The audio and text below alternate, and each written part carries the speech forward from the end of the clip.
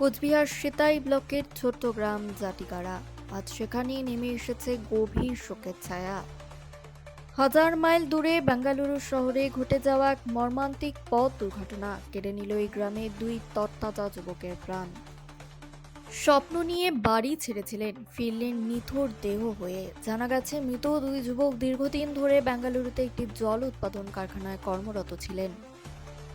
প্রতিদিনের মতো সেদিনও কাজ শেষে ফিরছিলেন তারা, কিন্তু কে জানতো সেই ফেরাটাই হবে জীবনের শেষ পথ চলা।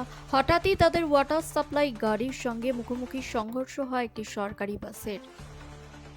সংঘর্ষ এতটাই ভয়াবহ ছিল যে ঘটনাস্থলেই মৃত্যু হয় দুই যুবকের। মৃতদেহের একজন রাকেশ রায়, বয়স মাত্র ২৬।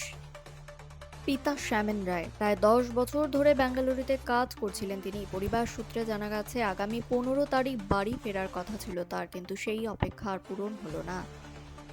অপর যুবক সুজন বর্মন, বয়স ৩০, পিতা সুধীর চন্দ্র বর্মন। তার আকস্মিক মৃত্যুর খবরে ভেঙে পড়েছে গোটা পরিবার। একসঙ্গে বড় হওয়া, একসঙ্গে কাজ করতে যাওয়া দুই বন্ধুর জীবন শেষ হলো একই সঙ্গে, একই দুর্ঘটনায়। আজ জাটিগাড়া গ্রামে শুধু কান্নার শব্দ।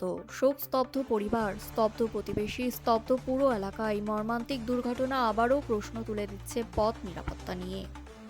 আর কত প্রাণ গেলে আমরা সতর্ক হব? কোচবিহার সিতাই থেকে হিতেন বর্মনের রিপোর্ট।